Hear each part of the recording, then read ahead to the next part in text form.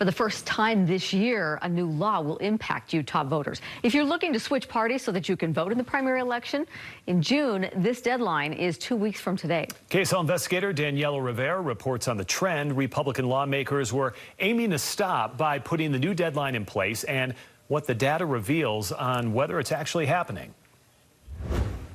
People just want to say and who their leaders are, and why is that bad? Local business owner Rosemary Card is among a group of Utahns urging voters of all different beliefs to register as Republicans. Over the past 50 years, our senator has been chosen in the Republican primary. In Utah, you have to be a registered Republican in order to vote in the GOP primary. No matter what we identify as ideologically, our voices matter, and we all want to say in who our representation is. Calling on people to switch parties, and even if you're a Democrat, hold your nose and register as Republican Party, that needs to stop. A new law is aimed at stopping exactly what Card is encouraging. Republican Representative Jordan Tusher sponsored House Bill 197 last year. It requires any voter who's affiliated with a party and looking to switch to do so by March 31st in order to participate in a different party's primary election. The intent and purpose behind our process is that the members of the party get to pick their best representative. Utah's Republican Party saw a surge of more than 97,000 registrations in the 6 months leading up to the 2020 primary election.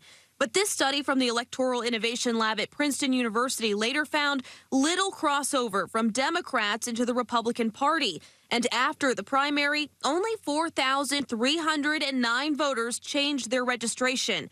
But Tusher isn't convinced. That idea that, oh, we're not seeing a lot switch back, so it means that a lot of people aren't actually infiltrating the party, just isn't the case. Salt Lake County Chief Deputy Clerk Lanny Chapman says they did notice quite a few people changing their affiliation before the 2020 primary election. It just depends on the primary and who's on the ballot, who's running. But data provided to the KSL investigators this week shows there's only been a 1% increase in registrations for the Republican Party in Salt Lake County since November. There's no limit to how many times Utah voters can change their party affiliation. But House Bill 197 means if you switch parties after March 31st, it won't go into effect until after this year's primary election. I would say just because something's legal doesn't mean it's right. I respond with, just because you don't like it, it doesn't make it wrong.